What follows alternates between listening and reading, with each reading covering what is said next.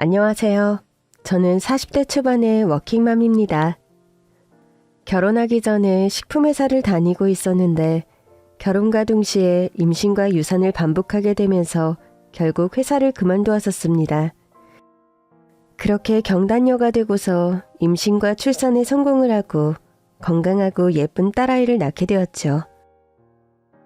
저는 회사 다닐 때 나름 일 잘한다고 소문이 난 편이었고 스스로도 성취감을 많이 느끼면서 회사 일을 참 열심히 했었습니다. 그렇지만 제가 인생의 버킷리스트 중에 하나가 결혼은 못해도 엄마가 되고 싶다는 것이었죠. 그런데 회사를 다니는 일이 아무래도 고되다 보니까 좀 노산에 속했던 제 건강 상태가 받쳐주지 못해서 임신을 위해 어쩔 수 없이 경력 단절을 겪어야 했습니다. 하지만 그런 선택에 전혀 후회는 없었어요. 저는 회사를 휴직하고 눈에 넣어도 아프지 않은 귀여운 딸아이의 엄마가 되었으니까요. 다시 그때로 돌아간다 해도 저는 아마 같은 선택을 할 거예요. 그런데 저의 이런 휴직 상황을 달가워하지 않는 사람이 딱 한 명 있었습니다. 당신 언제까지 집에서 그렇게 애 키우고 살림하면서 놀기만 할 작정이야? 우리가 타고난 금수저 집안도 둘 다 아닌데 외벌이로 살림 꾸려가는 거 불가능이야. 이번 달부터 다달이 당신한테 생활비 주는 거 힘드니까 그렇게 알아. 아니, 나 지금 하나 키우면서 아무 일 못하는 거 뻔히 알면서 생활비를 갑자기 안 준다고 하면 어쩌라는 거야. 그러니까 하나는 어린이집에 맡기든 아님 장모님께 맡기든 하고 당신 바로 일 시작하면 되는 거 아니야? 아빠란 인간이 진짜 그게 할 소리니? 우리 하나 겨우 100일 넘었어. 아직 젖도 안 뗀 애를 어떻게 어린이집에 맡기라는 거야? 너 모유수에 집착하는 거 고루한 생각이다. 신문인가 뉴스에서 봤는데 초유 단계인가 뭐 그거 지나면 딱히 영양가도 없는 게 모유랬어. 모유 먹일 시간에 네가 열심히 돈 벌어오는 게 훗날 우리 딸의 장래를 위해서도 현명한 일이야. 다른 남자들은 아기가 태어나면 예뻐서 돈이 좀 빡빡해도 한동안 와이프 집에 눌러앉히고 애만 보게 하려고 한다는데 자기는 부성애도 없구나? 진정한 부성애가 뭔지 말해줄까? 자식의 미래를 현실적으로 걱정하는 게 진짜 부성애야. 난 우리 하나 돈 많이 벌어서 좋은 유치원 보내고 좋은 옷 사 입히는 게 부성애라고 생각해. 그런 사람이 하나 양육비로 겨우 한 달에 그 돈을 주니? 내가 회사 다니며 모아둔 비자금 아니었음. 육아용품도 제대로 사지도 못했을 거야. 아빠가 돼서 왜 그렇게 돈돈거리니? 그니까 제발 애 핑계로 집에서 놀 생각 말고 빨리 회사로 좀 돌아가라고. Go back to the 당신 회사. 능력자 엄마가 결국은 좋은 엄마, 오케이? 남편은 그렇게 되도 않는 영어를 섞어가면서 툭하면 저를 다시 회사에 복직하라고 스트레스를 주었습니다. 남편이 무역 쪽 관련 사업을 하는데 딱히 영어 실력이 좋은 것도 아니면서 꼭 저렇게 평소에 말을 할 때 영어를 섞어 쓰는 웃음 버릇이 있었죠. 육아의 고충을 모르는 사람도 거진 없는 이 시대에 애를 핑계로 집에서 논다는 발언 역시 말도 안 되는 일이었죠. 저는 솔직히 회사 다닐 때가 체력적으로 훨씬 힘이 덜 든다는 사실을 뼈저리게 절감했습니다. 친정엄마께서는 당시 친정아빠 병간호를 하고 있어서 제 육아를 도와줄 형편이 되지 못했고 시어머니는요. 애초에 육아를 도와줄 생각이 전혀 없음을 확고히 하신 분이셨죠. 어머님, 이번 주말에 하나 데리고 한번 찾아뵐까요? 아버님께서 하나 얼굴 보고 싶다고 한번 데리고 오라고 하시던데. 아니다. 전혀 그럴 거 없다. 애엄마가 애 데리고 먼 길 들락거리려면 힘이나 들지. 나도 50견이 와서 요새 물컵 하나 들기도 힘에 부치니까 솔직히 하나가 집에 오는 게 겁난다. 예? 겁이 난다고요? 어깨 안 좋으시면 하나는 제가 안고 있으면 돼요. 어차피 하나가 요즘 사람 손을 많이 타서 제품 아니면 많이 울고요. 예. 넌 애들로 얘기하면 도통 말귀를 못 알아먹니? 주말엔 솔직히 나도 내 시간을 좀 가져야겠다. 네 시아버지야 퇴직하고 펑펑 노는 사람이지만 나는 평생을 살림에 치여 살면서 여태껏 네 삼식이 시아버지 끼니 수발로 평일 내도록 지친 사람이야. 주말에 겨우 하루 이틀 친구들하고 모임도 나가고 등산도 가는데 이제는 주말에 손주까지 보란 말이니? 알겠습니다. 그런 말씀인 줄은 몰랐어요. 죄송해요, 어머니. 아휴, 요즘 애들은 애 하나를 그렇게 지 혼자 키우지 못해 난리들인지 모르겠다. 우리 때는 혼자서 셋도 키우고 다섯도 키우고 그랬어.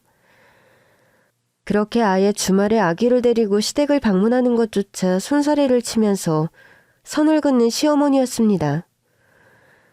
그러면서 시아버지께서는 제가 바빠 시댁에 못 온다고 했다며 거짓말을 하셨더군요. 이런 서운함을 남편에게 말을 할라치면 너 설마 우리 엄마가 아기 보기 싫어서 그런 말 한다고 생각하니? 어떻게 시어머니가 며느리를 배려해줘도 넌 다박이야. 그러니까 어머님이 날 배려해서 시댁 걸음을 차단하신다고? 그럼 나한테도 몇 번이나 그렇게 말씀하셨는데. 그러면 우리 집에 몸소 방문은 안 하시지? 다른 집 시어머니들 보면 손주 보고 싶어서 며느리 눈치 보면서 방문하는 집들도 널렸던데. 그거 역시 네가 불편할까 봐서 그런 거 아니야? 손주 보고 싶다고 뻑하면 집에 방문하는 시어머니, 넌 좋아? 아주 좋고 감사할 것 같아. 한두 시간, 아니 30분만 하나를 봐주는 사람이 있어도 커피 한 잔이라도 여유 있게 마실 테니까. 아휴, 너 왜 우리 엄마 배려를 그렇게 꽈서 받아들이니? 아기 데리고 찾아뵙는다고 해도 손사래침에 선 긋는 시어머니. 남들한테 얘기했더니 당신이 친자 아닐 확률 높다더라? 육아 도와달라 할까봐 나자빠지시는 건데 제발 포장이나 말든가. 장모님은 왜 안 도와주시는데? 너 왜 친정 놔두고 시댁에만 난리야? 우리 엄마는 틈만 나면 나 먹을 거 하나 이유씩까지 싸들고 오셔. 우리 아빠 시한부라 간병으로 그렇게 힘든 상황인데도 뭐 다시 회사로 복직하려고 해도 누가 애를 좀 케어해줘야 알아보든 말든 하지. 어린이집에 맡기라고. 어린이집 두고 왜 우리 엄마만 부려먹지 못해 안달이냐? 어린이집을 맡겨도 등하원을 누가 도와줘야 내가 회사를 다니지. 안 그래? 그럼 네가 그런 루틴이 가능한 회사를 알아보면 되잖아. 상황을 타박만 하지 말고 해결책을 알아보라고, 오케이? 남편과 시댁의 몰이에는 이런 부분뿐 아니라 한두 가지가 아니어서 저는 자꾸 부부싸움을 할 수밖에 없었습니다. 남편은 급기야 어느 날 다달이 쥐꼬리만큼 주던 생활비를 아예 끊겠다고 선언 비슷한 것을 하더군요. 당신한테 할 말이 있어. 이번 달부터는 다달이 생활비 주는 대신 당신 통장에 50만 원 넣어놓고 금액이 그 밑으로 내려갈 때마다 내가 조금씩 채워주는 것으로 할게. 500만 원도 아니고 꼴랑 50만 원 넣어두고 날 푼돈에 벌벌거리며 생활하라는 거니? 아기 분유과 기저귀 값이 한 달에 얼마 들어가는지 알기는 하니? 그걸 왜 올곧이 나의 책임으로만 전가하는 거야? 난 아기를 낳았고 임신하고 출산하느라 일을 못하고 있잖아. 내가 평생 가정주부 할 사람도 아닌데 내가 체력적 정신적으로 가장 힘든 시기에 날 이렇게 경제적으로 들들 볶아야겠어? 당신이 아예 능력이 안 되는 사람도 아니잖아. 말 한번 잘했다. 당신 역시 능력이 되는 사람이잖아.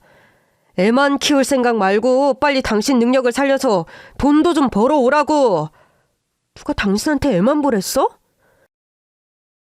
관두자. 다음 달부터 우리 언니 청주서 올라와서 아빠 간병 돕는다니까 나 하나 친정에 맡기고 회사 다닐 거야. 우리 당분간 따로 생활해. 그래, 뭐 당신 복직이 빠른 방법이 그 길이라면 나도 굳이 반대 안 할게. 당신 나하고 결혼은 왜 했고 애는 왜 낳자고 했니? 지나간 과거 우리 그만 따지자. 지금 현실이 가장 중요한 거고 우리한테 현명한 선택은 맞벌이니까 그렇게 하자는 거야. 관두자. 당신이란 사람과 무슨 말을 더 하겠니? 저는 그렇게 남편과 불화 끝에 친정으로 아기를 데리고 들어와서 살게 되었습니다. 회사에 복직하려면 아기를 돌봐줄 누군가가 필요했고 제가 기댈 곳은 친정밖에 없더군요. 제가 친정으로 들어올 당시만 해도 친정아빠께서는 췌장암 말기로 투병 중이셨어요. 그 와중에 이혼하고 청주에서 혼자 살던 언니가 사업까지 접어두고 친정아빠 병간호를 돕고 또 제 사정을 알고 불어더 서울 친정으로 올라온 거였습니다. 예, 네 남편 얘기 들으니까 솔직히 답 안 나오는 인간이다. 그런 인간 믿고 살다 나중에 나이 들어 험한 꼴 당하지 말고 한 살이라도 젊을 때 다시 네 일 가져. 그래, 네 아버지 케어 내가 하느라 하나를 돌보지 못했다만 네 언니가 올라온 마당에 환자 한 명, 아기 한 명 못 돌볼 것도 없다. 얼른 회사에 복직해서 네 남편 찍소리 못하게 만들자꾸나. 엄마, 언니 죄송해요. 못난 남편을 만나서 결혼해서까지 친정 신세를 지고만 해. 약한 소리 하지 말고 얼른 복직할 회사나 알아봐. 네 남편 같은 인간들 앞으로 생활비 더 안 주면 안 좋지. 너랑 하나 생각해서 열심히 돈 벌어올 인간 같지가 않다. 얘는 언니가 돼서 동생 살림 가를 말만 골라 하니? 김서방도 아기 생기고 여기저기 돈 들어갈 때가 많으니 스트레스 받아서 그랬을 거다.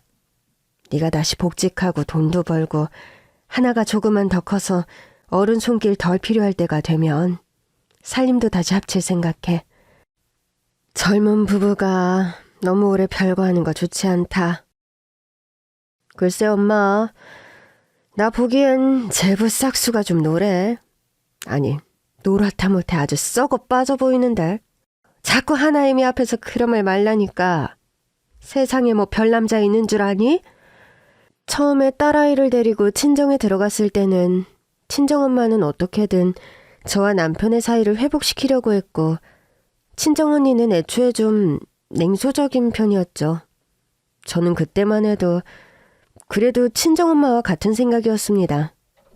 제가 복직을 하고 맞벌이 하면서 생활이 좀 여유 있어지면 남편과 트러블도 좀 덜하겠지. 그런 헛땡기대를 품었었죠. 그렇게 친정집에서 딸아이를 키우며 저는 다시 복직을 위해 동분서주했고 회사 다닐 적에 저와 가까운 선배의 추천으로 다행히 예전에 일하던 동종업계에 복직을 하게 되었습니다. 한창 일할 때보다 직위도 낮고 급여도 낮았지만 오래 쉬었다가 다시 일을 시작하는 입장이라 저는 그런 것을 따질 여력이 없었죠. 다시 취직하게 된 것에 감사하며 열심히 회사를 다니던 어느 날, 예, 너 나랑 잠깐 얘기 좀 하자. 탕비실로 바로 좀 와. 언니, 심각한 얼굴을 하고 무슨 일이세요? 제가 뭐 업무 실수라도. 그게 아니고 이 휴대폰에 말이야. 이 남자 네 남편 아니니? 우리 남편 맞는데 이걸 언니가 어디서 사진을 찍었어요? 우리 이모가 네 남편 회사 근처에서 무인텔 운영하시잖니. 저번 주에 이모 생일이라 잠깐 들렀다가 어떤 남자랑 여자가 들어가는 걸 보는데 아무리 봐도 네 남편 얼굴이잖아. 혹시나 해서 멀리서 사진 찍어냈어. 선배 언니는 들키지 않으려고 전 멀리서 사진을 찍는다고 찍었는데도 확대해서 보니까 빼박 남편 얼굴이 맞더군요. 그게 아니라 하더라도 옷이며 신발, 들고 다니는 서류 가방, 그 모든 것이 남편이 평소에 자주 걸치는 것들이었기에 굳이 얼굴을 확인하지 않더라도 남편임을 확신하는 것은 어려운 일이 아니었죠. 일만 잘하면 뭐 할 거니, 맹추야. 남편 관리 좀 잘해. 관리한다고 그게 관리가 되어져요? 정말 기가 막혀서 진짜 말이 다 안 나오네. 이 인간이 하다하다 진짜. 이거 죽여요 살려요? 듣자 하니까 생활비도 그렇고 아주 좀 싫었고 책임감 없는 인간 같던데. 이참에 고민 잘해봐라. 필요한 증거 있음 미리미리 잘 모아두고. 언니, 암튼 고마워요. 네 표정 보니까 내가 잘한 짓인가 아닌가 모르겠다. 때로 모르는 게 약일 때도 있는 건데. 알 건 알아야죠. 모르고 속고 살다 나중에 더 큰 화살 맞아야 할 텐데. 딸아이 때문에 좀 간단하진 않네요, 상황이. 에휴, 진짜 그놈의 자식이 뭔지. 그래도 잘 생각해서 현명하게 판단해라. 바람피는 남자들 그거 버릇 잘 못 고치더라고. 선배 언니의 첩보를 접하고 저는 한동안 남편 뒤를 열심히 캘 수밖에 없었습니다. 막장 드라마에서나 봤던 행동들을 어느 날 보니 제가 고스란히 하고 있더군요. 사설 탐정을 써서 남편의 뒤를 밟았고 남편의 내연녀 존재도 알게 됐죠. 남편은 회사의 격리와 거의 1년 넘게 불륜관계에 있었습니다. 보니까 데이트 비용이며 그 여자에게 이것저것 경제적인 지원을 해준다고 돈에 쪼들린 모양이더군요. 아이가 생기고 일을 못하고 있는 저에게 생활비를 줄인다 안 준다 말을 했던 이유가 바로 그것이었어요. 남편 외도 사실을 터뜨리고 한바탕 뒤엎으려는 찰나 췌장암 투병을 하시던 친정 아빠께서 고된 투병 끝에 하늘나라로 떠나셨습니다. 남편과의 전쟁을 뒤로하고 친정아빠 장례 절차에 정신이 없이 또 시간이 흐르더군요. 그렇게 아빠 장례식을 마치고 엄마와 언니, 딸아이와 조용히 집에서 몸과 마음을 추스르고 있는데 평소 연락도 잘 없던 남편이 제게 대뜸 전화를 걸어온 겁니다. 무슨 일이야? 마음은 좀 추슬렀어? 당신 장례식 치르느라 고생 많았을 건데 밖으로 좀 나와. 뭐 맛있는 거라도 먹으면서 기운 차리게. 됐어. 엄마랑 언니랑 난 잘 챙겨 먹고 지내니까 당신이 그런 걱정까지 안 해도 돼. 그러지 말고 하나 데리고 좀 밖으로 나와. 지금 집 앞이야. 우리도 우리 식구끼리 시간을 좀 가져보자. 언제까지 우리 이렇게 살 거니? 남편의 그런 말이 솔직히 좀 이상하게 들렸지만 이 인간이 대체 무슨 말을 하려고 하나 싶어 일단 아이를 데리고 외출 준비를 하고 밖으로 나갔죠. 남편은 주말에도 아이를 데리고 놀러 다니거나 이런 걸 귀찮아하던 사람이라 본인이 먼저 아이를 데리고 외출을 제안했다는 사실이 뭔가 반갑기보다 무슨 꿍꿍이가 있어서 이러나 싶은 생각이 들더군요. 아니나 다를까 아이를 데리고 놀이공원에서 1시간 남짓 놀고 있었을 때쯤 남편이 그런 말을 꺼냈습니다. 자기야, 장인어른 돌아가시고 사망보험금 꽤 나오지 않았어? 아빠 사망보험금은 왜? 아니죠. 내가 듣기로 장인어른 살아계실 적에 생명보험 여러 개 들어두신 걸로 알고 있는데 보험금 액수가 꽤 될 것 같아서 내가 요즘 사업이 좀 힘들어서 장모님께 양해를 구하고 내가 그 돈을 좀 당겼을 수 없을까? 결국 그 얘기가 하고 싶어서 나랑 하나 불러낸 거야? 뭐 겸사겸사. 너랑 하나 얼굴도 보고 여차저차. 우리 아빠 목숨값을 왜 당신이 가져가서 쓴다는 거야? 그거 우리 엄마 노후자금으로 쓸 돈이지. 당신은 권한 없어? 사회가 돼서 장인어른 살아생전 어버이날 생신 한번 제대로 안 챙긴 인간이 어떻게 뻔뻔하게 아빠 보험금을 가져다 쓴다는 거야? 아이, 누가 그냥 그 돈 달라는 거야? 잠깐 빌려 쓰자는 건데 그것도 안 돼? 응? 안 돼? 당신 어머님한테도 사업자금 몇 번이나 당겨 써놓고 한 번도 갚는 거 못 봤어? 나한테 생활비 주는 것도 아까워하면서 어떻게 처가 도움 받을 생각을 그렇게 당당하게 해? 와이프가 돼서 남편 사업 기운다는데 걱정도 안 돼? 너는 그저 네 주머니만 챙기면 아무 상관없다 이거지? 할 말 하아니다. 정말. 관두자. 당신이랑 길게 얘기 안 하고 싶다. 저는 그렇게 남편과 대화를 관두고 아이를 데리고 당장 집으로 돌아왔습니다. 남편에겐 제가 애진작 외도 사실을 알고 있다는 걸 표현하지 않았죠. 제가 성격이 좋아서도 아니고 무슨 유리한 이혼을 위해 불어뜸을 들이는 것도 아니었습니다. 제가 남편의 불륜을 알고도 일단 눈을 감고 있었던 것은 오로지 딸아이 때문이었어요. 남편은 너무 밉고 인간 대 인간으로 생각했을 때 함께 살아야 할 이유가 1도 없는 인간이었지만 딸아이를 생각하면 내가 어떻게 처신해야 할까? 어디까지 참고 어디까지 정리해야 하는 건지 판단이 쉽게 서지 않았습니다. 아빠 없는 아이로 키우는 것. 경제적으로는 그나마 친정집에 살면서 제가 회사에 복직했으니 어찌저찌 꾸려가지겠지만 아빠의 빈자리를 느끼고 커가면서 상실감을 느낄 딸아이를 생각하니 남편의 외도를 어떻게 받아들여야 할지 갈피를 잡을 수가 없었죠. 오늘 나가니까 김서방이 뭐라든? 뭐 장례 치르느라 고생 많았다면서 고기 사주더라. 고기 얻어먹고 온 얼굴이 겨우 그 모양이야? 외도 사실 알고 있다고 말은 했니?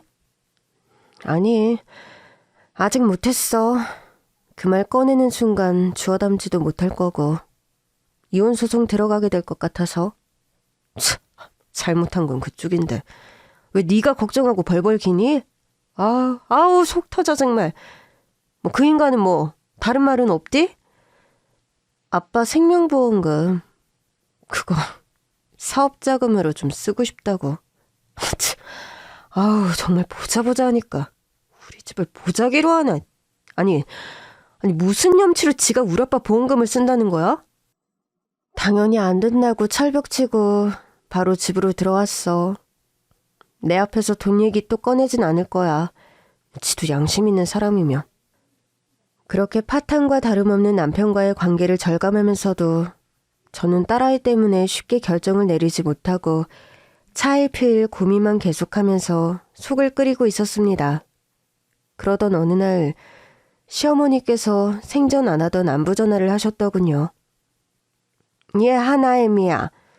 너 요즘 하는 일은 잘 되니? 뭐 그럭저럭이요. 복직한 지 얼마 안 돼서 배울 것도 많고 적응할 것 투성이죠. 이번 주말에 내가 혹시 하나 데리러 너희 친정집에 좀 들러도 되겠니? 아니, 어쩐 일이세요? 주말은 공사가 다 망하신 분이. 너 꼭 시애미를 돌려서 먹이는 말을 하는 것 같다. 네 시아버님이 동네 친구분들 모아놓고 식사를 하시는데 손녀딸 자랑하고 싶으시단다. 가서 인사하면 용돈도 두둑히 받을 거라고 그날 하나 깔끔하게 입혀서 기다리고 있으렴. 알겠습니다, 어머님. 저는 그렇게 시어머니와 전화를 끊고 별일도 다 있다 싶은 생각이 들더군요. 혹시라도 손녀딸 맡길까봐 주말에도 오지 마라. 평일에도 바쁘다. 전전긍긍 핑계대기 바쁘단 분이 갑자기 손녀딸을 데려가 시간을 보내겠다니 좀 의아하긴 했죠. 전 그때만 해도 시어머니 말 맞다나 시아버지께서 친구분들에게 딸아이를 보여주고 싶어 그러나 보다 심상치 않게 생각했습니다. 시어머니와 약속한 날이 되었고 저는 딸아이 외출 준비를 끝내고 시어머니를 기다리고 있었습니다. 그런데 약속한 시간이 한참 지나도 도착할 기미가 없고 전화를 해도 받지 않는 통에 무슨 일인가 싶어 현관문을 열고 밖으로 나간 순간 계단참에 시어머니께서 발을 헛디디시면서 뭔가에 깜짝 놀란 듯한 포즈로 꽈당 엎어지더니 계단을 대굴대굴 굴러 나가 떨어지는 것이 아니겠어요? 어머님 괜찮으세요? 계단 모서리에 머리를 세게 부딪힌 시어머니는 졸도한 상태에서 깨어나지 못했고 구급차에 실려 병원으로 이송되었습니다.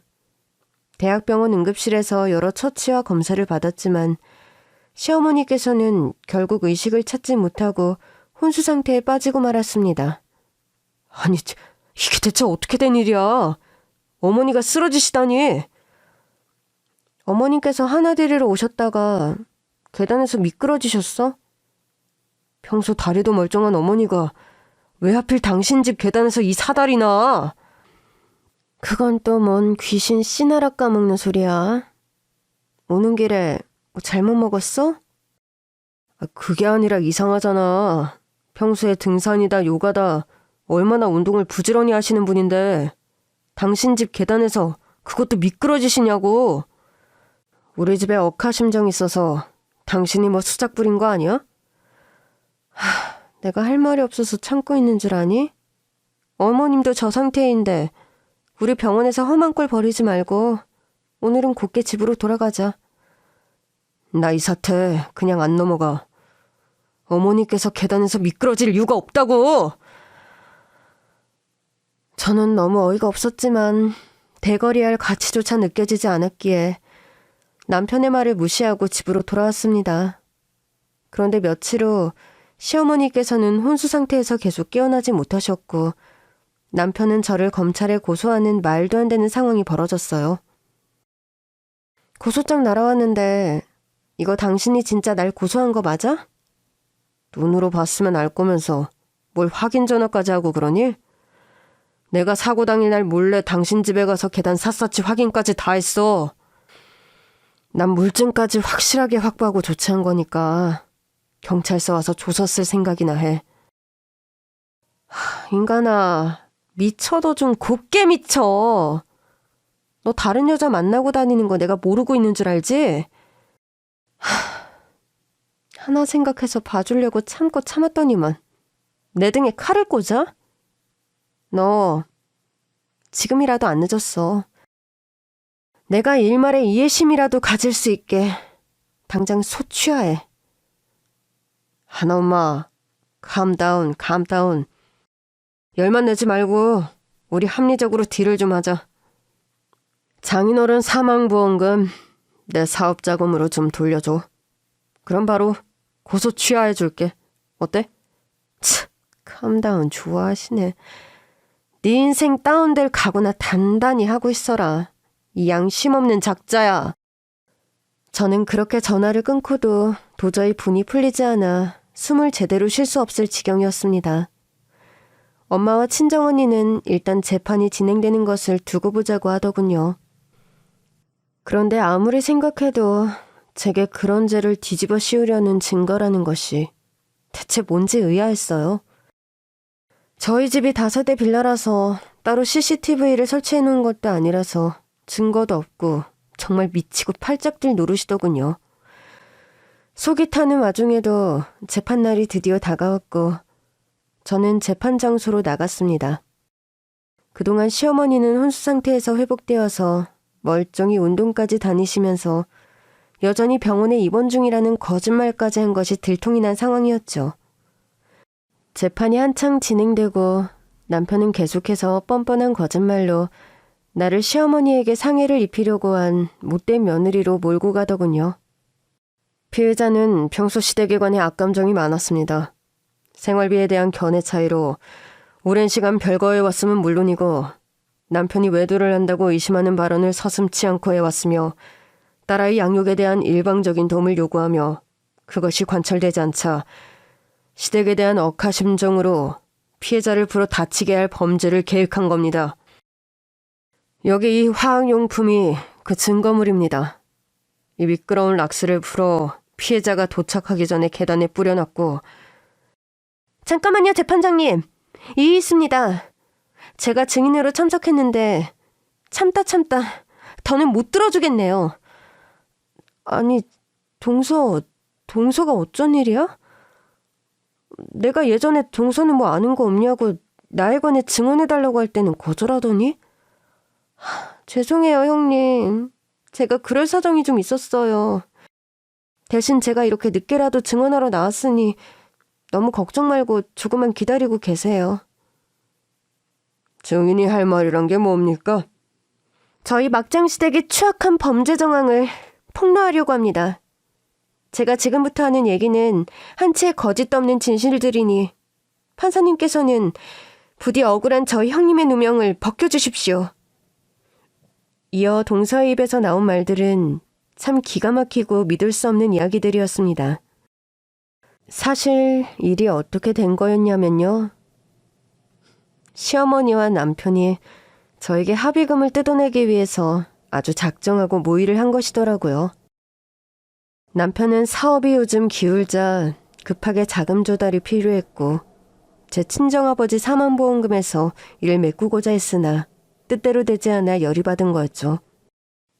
그러면서 시어머니와 짜서 일부러 저희 집 앞에 넘어지기로 쇼를 한 거였답니다. 계단에 뿌려져 있던 미끄러운 락스는 남편이 미리 와서 흥건하게 뿌려놓은 거라니. 아유, 그 추잡스런 모자의 생쇼에 웃음밖에 나오지 않더군요. 저는 시어머니와 아주버님이 이런 범죄를 계획하는 정황을 녹음한 육성 파일을 가지고 있습니다. 필요하시다면 지금 이 현장에서 그 육성 파일을 재생해서 들려드리죠.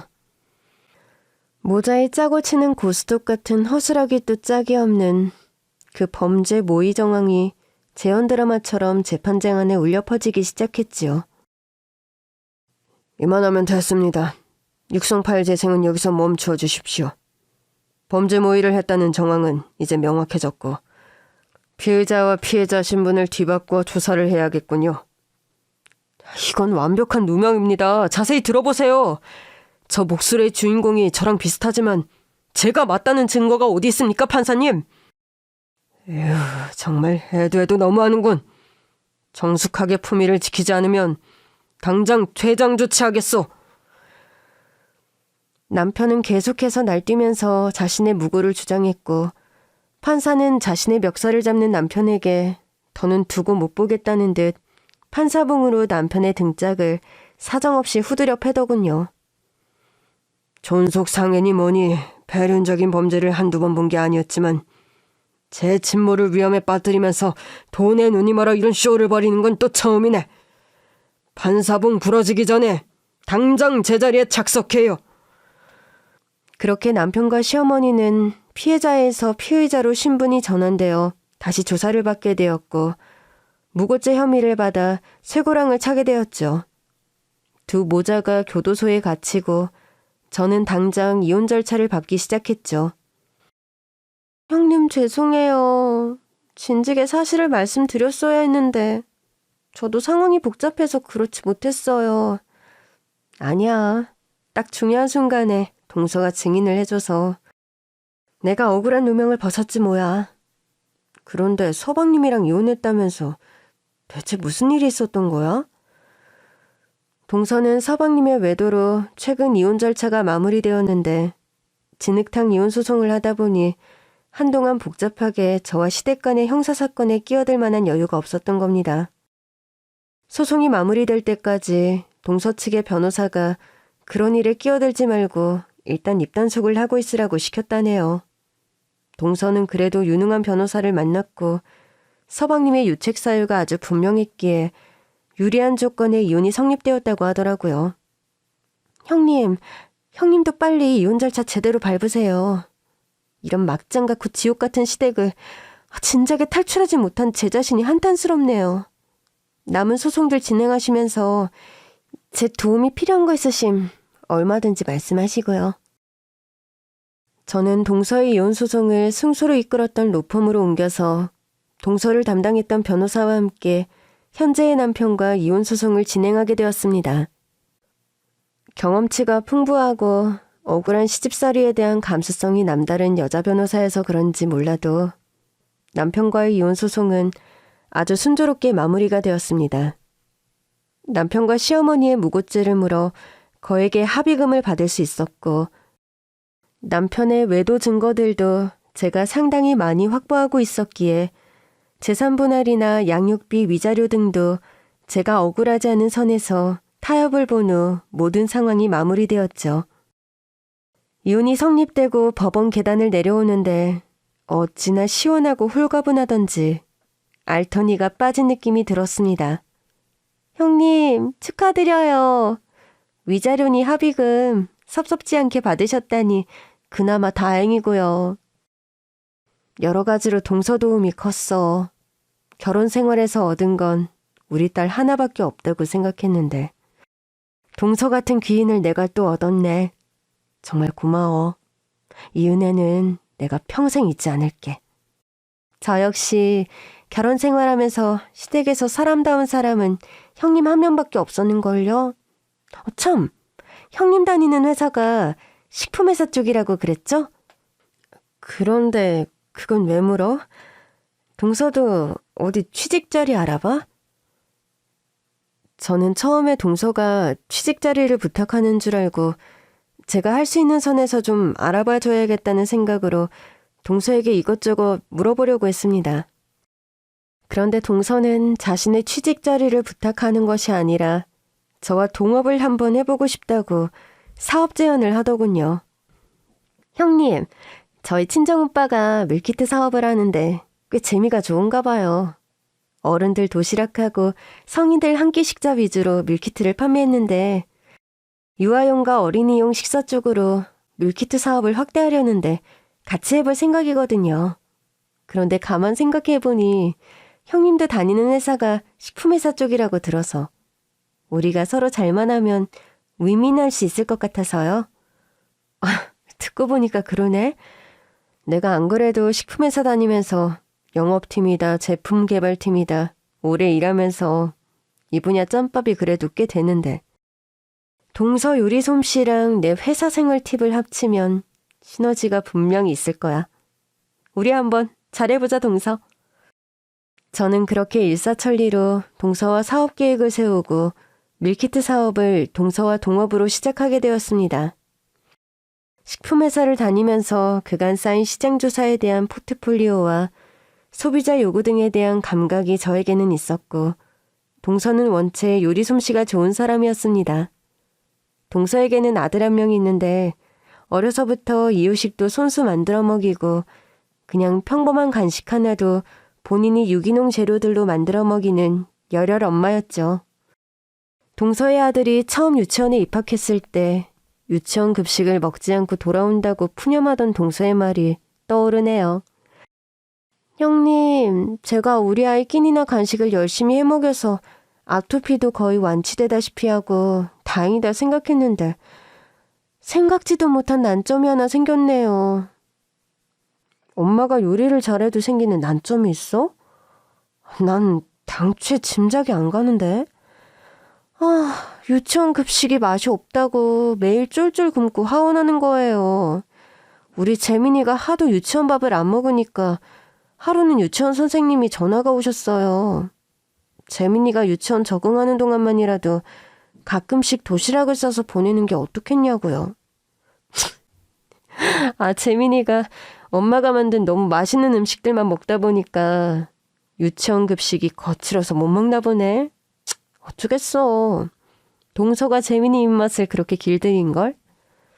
그런 걱정 아닌 걱정을 하던 동서였는데 동서가 그간 재민이를 키우면서 만들어온 이유식 레시피와 어린이 도시락을 우선 밀키트로 몇 가지 출시를 했더랍니다. 생산이나 제조 공정 같은 것은 동서의 친정오빠가 운영하는 밀키트 공장의 시스템을 이용하면 되어서 사업적으로 저와 동서는 처음으로 시작하는 일이었음에도 큰 난항을 겪지 않고 제품을 무리 없이 출시할 수 있게 되었습니다. 그래도 가정에서 해먹는 요리와 제품으로 밀키트를 내다 만들어 파는 일은 하늘과 땅처럼 차이가 큰 일이어서 생산 과정에서 우여곡절을 많이 겪기도 했죠. 그래도 저와 동서가 합작으로 시장에 내놓은 이유식과 어린이 도시락 밀키트는 출시와 동시에 매진 행렬을 이어가면서 아주 반응이 좋았답니다. 동서, 처음엔 일단 우리 도시락을 시장에 내어보고 반응을 살피자. 반응 좋으면 그거에 맞춰서 다른 메뉴도 점점 늘려서 출시해보자고.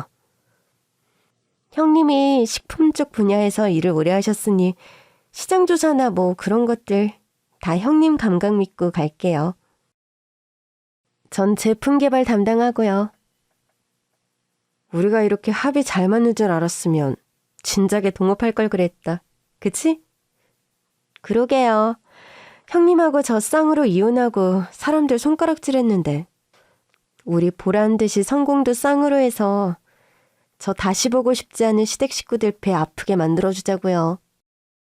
동서는 서방님이 오랜 기간 반복적인 외도를 저지른 데다 서방님은 명문대 출신인데 동서가 고졸이라고 시부모님들이 결혼 전에 반대를 엄청 많이 했었답니다. 그리고 나름 서울권 여대 출신인 시어머니는 그런 동서를 두고 사사건건 무시하는 발언들을 많이 해서 동서가 결혼 생활하는 동안 상처를 많이 받았었죠. 동서 역시 아들 생각해서 이것저것 마음에 안 들어도 꾹 참고 결혼 생활을 유지하려다가 하루는 동서의 아들인 재민이로부터 이런 말을 들었다고 합니다. 엄마는 왜 아빠만 보면 얼굴이 마귀알몸처럼 변해요? 엄마 아빠는 다른 엄마 아빠처럼 사랑해서 결혼한 거 아니에요? 아니야, 재민아. 네가 잘못 본 거야. 엄마가 오늘 기분이 좀 안 좋아서 그래. 아닌데. 엄마는 아빠가 퇴근하고 집에 들어오면 얼굴에 먹구름이 끼어요. 저도 이젠 아빠가 집에 늦게 들어오면 좋겠어요. 자신의 고통이 그대로 아들에게 전가되는 것을 느꼈고 동서 본인이 행복하지 않으면 결코 어린 아들도 행복할 수 없구나를 느꼈다고 합니다. 그리고 대놓고 내연녀와 여름휴가를 가는 등 날이 갈수록 대담하고 뻔뻔해지는 서방님의 외도 행각과 이를 묵인하는 시부모님들의 처사를 도저히 두고 볼 수 없었다고 하네요. 저요, 특히나 형님한테 그런 되도 않는 누명 뒤집어 씌우면서 형님 친정아버지 사망보험금 탐내는 시어머니하고 아주버님 본심을 알게 된 순간 더 이혼 결심 확고하게 굳혔잖아요.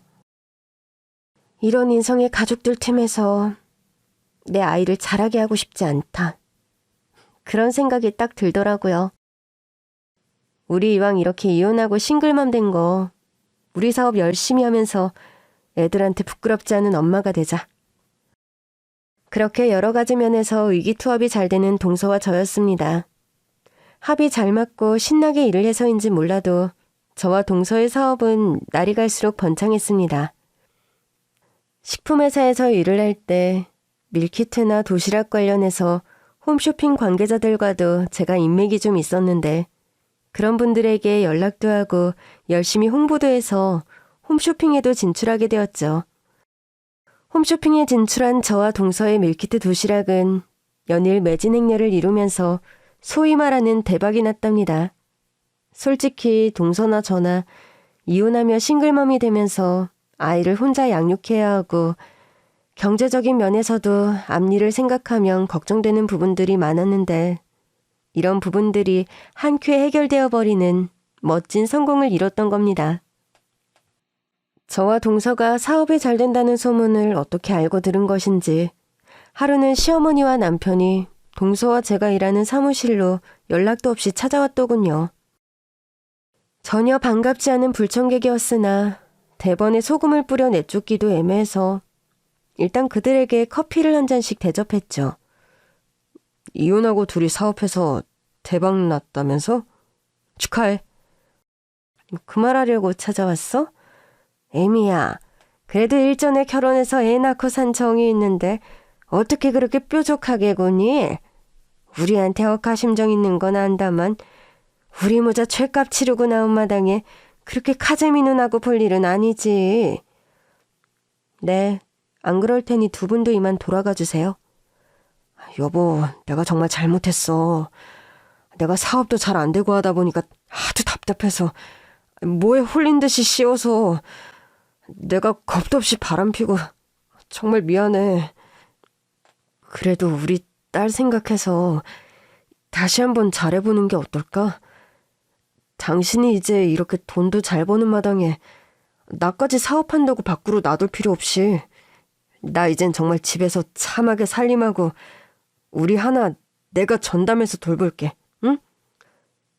그렇게 손이 발이 되게 싹싹 빌면서 제게 재결합을 구걸하는 남편이었습니다. 정말 어이가 없었지만 사람이 정말 너무 기가 막히면 순간 할 말이 떠오르지 않는 법이더라고요. 첫째야, 둘째야, 내가 집안의 보물들을 알아보지 못하고 니들 마음에 안 들게 군 거 이렇게 용서를 비마. 니들이 내 아들들이 마음에 안 들어 이혼했지만 그래도 부부 사이에 자식이 있으면 또 죽을 때까지 끊어지지 않는 끈이 있는 거란다. 먹고 살만해지고 돈 걱정도 없어진 이 마당에 너희들 다 재결합하는 게 어떠니? 지금 애들 생각해서 다시 저희 보고 재결합하라는 건가요? 그래, 우리 첫째가 예전부터 말귀를 참 잘 알아먹었어. 그치, 하나 엄마? 그럼요. 하나 엄마가 스마트하고 인텔리전트한 여자예요. 원래가. 그 꼴같자는 영어 쓰는 버릇은 여전하네. 이거 봐. 사람은 안 변한다니까. 애들 생각하면 어머님, 저희는 다음 생에도 이댁 남편들 같은 남자들과는 상종도 안 하기로 애진작에 마음먹었어요. 끊어지지 않는 끈이요? 그런 건 세상에 없습니다. 형님, 가위 어딨어요? 여기 도시락 포장하던 포장가위야. 동서, 어디부터 확 잘라버릴까? 말만 해. 동서는 제게서 덥석 가위를 받아들더니 마치 위협하는 듯한 포즈로 시어머니와 남편에게 달려들었고, 동서의 남다른 서술에 시어머니와 남편은 악 소리를 지르면서 정말 꽁무니를 빼듯이 주랭랑을 쳐버리는 겁니다. 동서가 눈을 치켜뜨고 달려든 곳은 박스용 포장 상자가 잔뜩 쌓인 쪽이었는데, 시어머니와 남편은 동서가 광분해서 이성을 잃기라도 한 줄 알았나 봐요. 이성을 잃었다고 해서 그런 행동을 할 동서도 아니었는데, 정말 부처님 눈엔 부처님만 보이고 개 눈엔 개만 보인다는 옛말이 하나도 틀린 것이 없는 것 같습니다. 저와 이혼 후 남편 사업은 점점 악화일로에 접어들었고, 최근에는 개인회생 절차를 밟는 중이라고 하더군요. 저와 합의하기 전까지 구치소 생활을 했던 남편과 시어머니인데, 그동안 시어머니는 건강이 많이 상해서 최근엔 무슨 심장 쪽에 이상이 생겨 큰 수술을 받기까지 했다는 소식을 아는 지인에게 걸러서 들을 수 있었습니다. 남편은 불륜관계에 있던 격리 가족들에게 날벼락 비슷한 봉변까지 당해 한바탕 난리를 치른 모양이더군요.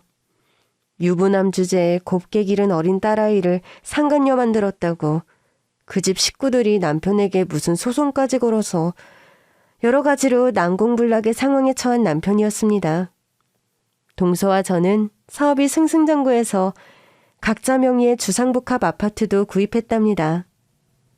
동서와 제가 함께 일을 하다 보니 아무래도 주거지도 가까운 것이 좋을 것 같아 경매로 나온 주상복합 아파트의 단지에서 위아래 층을 함께 구매하게 되었죠.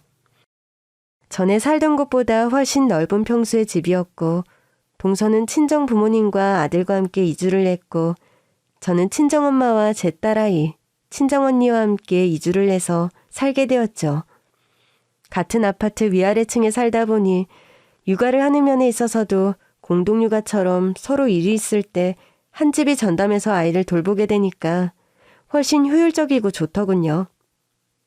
이번 주에는 동서가 친정 부모님을 모시고 건강검진을 간다고 해서 동서 아들을 저희 집에서 봐주기로 했답니다. 친정언니와 차를 몰고 제 딸아이와 동서의 아들을 데리고 한적한 교회로 소풍을 나갈 생각입니다. 날씨가 점점 추워지는 요즘인데 한겨울이 되기 전에 아이들에게 바깥바람을 조금이라도 더 쐬어주는 게 좋을 것 같아서요. 제가 운전을 하고 뒷좌석에서는 친정언니와 제 딸아이, 동서의 아들이 웃고 떠들면서 놀러 가는데 문득 행복이란 이런 것이구나 싶은 기분이 들더군요. 돈 걱정 없이 살게 된 것도 너무 감사한 일인데 저와 동서가 하는 사업이 적성에도 잘 맞아서 하루하루 일하는 것이 신나고 재미있어서 더 행운이란 생각이 듭니다. 어린이집에서도 선생님께서 그런 말씀을 하시더군요.